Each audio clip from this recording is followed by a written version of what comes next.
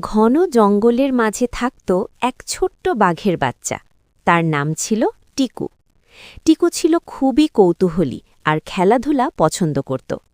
কিন্তু একটা সমস্যা ছিল, সে খুব ভয় পেত।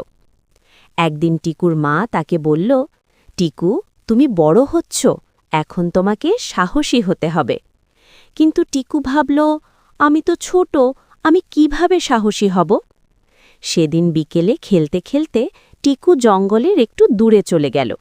হঠাৎ সে শুনতে পেল, বাঁচাও, বাঁচাও! টিকু ভয়ে কাঁপতে লাগল। সে ভাবল, আমি পালিয়ে যাই। কিন্তু তারপর মায়ের কথা মনে পড়ল, সাহস মানে ভয় না পাওয়া নয়, ভয়কে জয় করা।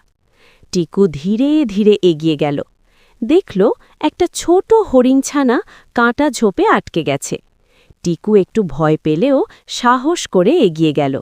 সে সাবধানে কাঁটা সরিয়ে হরিণছানাটিকে মুক্ত করল। হরিণছানা খুশি হয়ে বলল, ধন্যবাদ টিকু, তুমি খুব সাহসী। সেই মুহূর্তে টিকুর মনে হল সে আর আগের মতো ভীতু নেই। সে দৌড়ে মায়ের কাছে গিয়ে সব বলল। মা তাকে জড়িয়ে ধরে বলল, আজ তুমি সত্যিই একজন সাহসী বাঘ হয়ে উঠেছ। সেদিন থেকে টিকু বুঝে গেল, সাহস মানে ভয় না থাকা নয়, ভয়ের মধ্যেও ভালো কাজ করা।